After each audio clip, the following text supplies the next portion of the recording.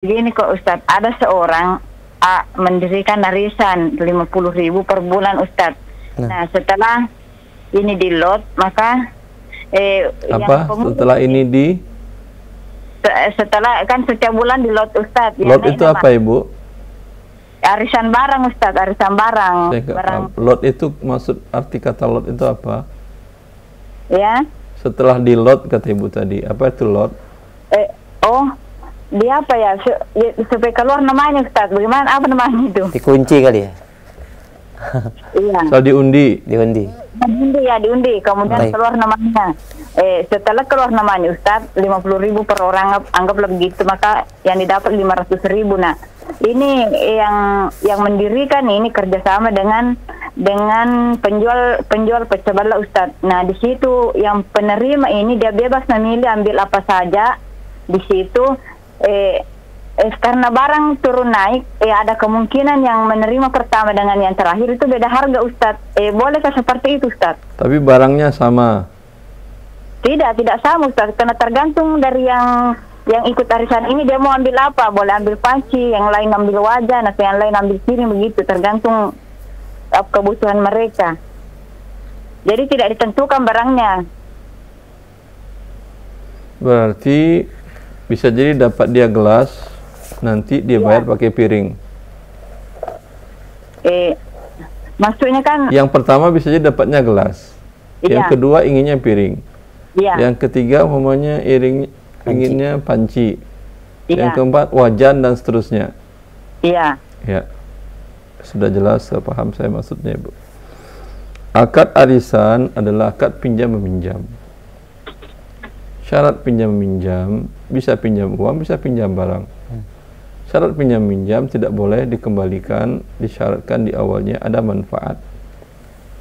Ya. Kalau dipinjamnya adalah umpamanya barangnya X, dipinjamnya adalah uang kan juga adalah barang.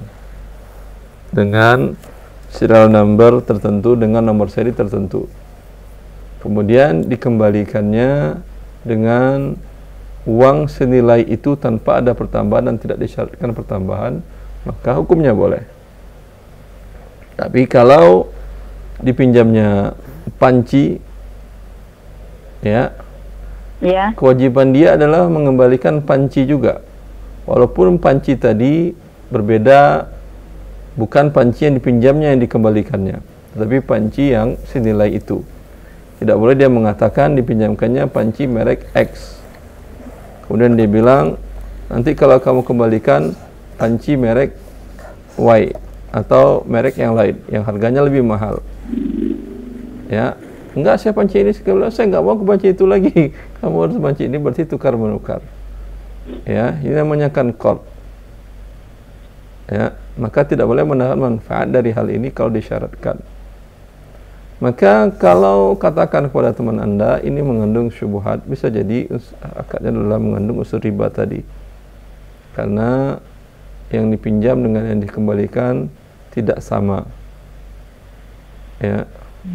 Maka sebaiknya dari awal arisan itu akad yang bagus. Maka jangan kebagusan tadi menjadikan dia melanggar ketentuan Allah. Kalau akadnya adalah uang, dikembalikan, yang dapat ketika diundi dapat seseorang terima uangnya umpamanya 5 juta, nanti juga 5 juta, nanti juga 5 juta, tidak ada pertambahan. Ada umpamanya 10 orang, masing-masing 500.000, ketika diundi dapat masing-masing 5 juta. Dia ketika dia dapat pertama, berarti dia minjam 4.500.000 kepada 9 orang. Yang nanti dibayarnya dedik lagi dengan 500.000 per bulan, tidak ada pertambahan. Ya. Tapi kalau dia pinjam panci X dibayar dengan piring, bisa jadi ada pertambahan. Jelas? Iya. Maka ini ada syubhat riba. Iya, biasanya kalau harganya lebih mahal diambil Ustaz, maka si penerima ini menambah uang dari hal yang diterima itu Ustaz. Biasanya kalau umpamanya yang harga yang kedua ini harganya 550, maka kan lebih 50.000 Ustaz. Dia menambah 50.000 ini sehingga seharga 500 semua yang dia terima per orangnya itu. Cuma barangnya beda-beda. Kemudian berarti tidak boleh. Ini berarti jual beli nanti, ini berarti jual beli.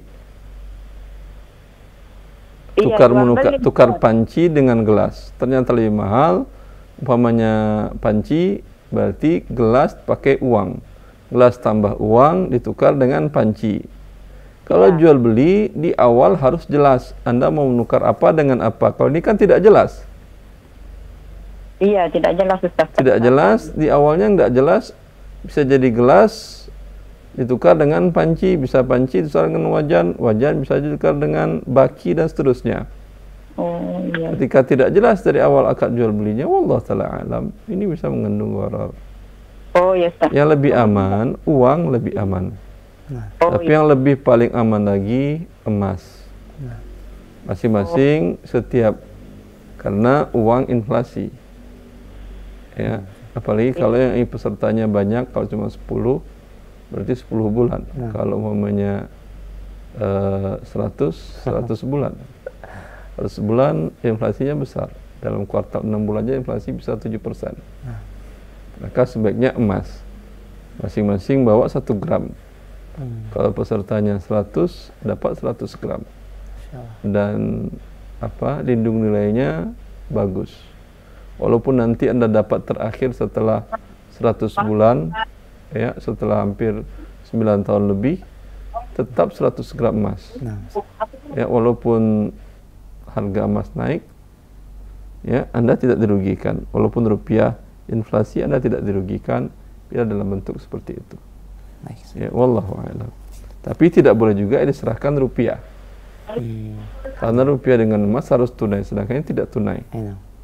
Maka sebaiknya kalau arisan emas, kan emas ada pecahan yang kecil, ada 1 gram, setengah gram malah ada. Ada 10 orang, ada 30 orang, ada 40 orang ikut. Ketika diundi, yang diserahkan adalah emas terkumpul 40, diserahkan kepada yang dapat undian. Wallahu a'lam. Demikian Ummu. Ustaz, kadang diberi bonus 10%, bolehkah seperti itu Ustaz? Kalau yang pendiri warisan biasanya begitu, dapat bonus dari itu 10%. Dia juga ikut arisan atau dia di luar peserta? Oh, kurang tahu juga Ustaz. Kalau ikut enggak boleh Ustaz, kalau enggak ikut boleh. Kalau dia ikut berarti dia termasuk pihak yang minjam dan meminjamkan. Bila dia dapat kemudian jasa fee, Rasulullah tidak menghalalkan salafun wa bai'un. Rasulullah mengharamkan menggabungkan pinjaman dengan akad muawadat atau akad jual beli dan akad jasa. Oh, jasa kalau heran Ustaz. Wa iyyakum.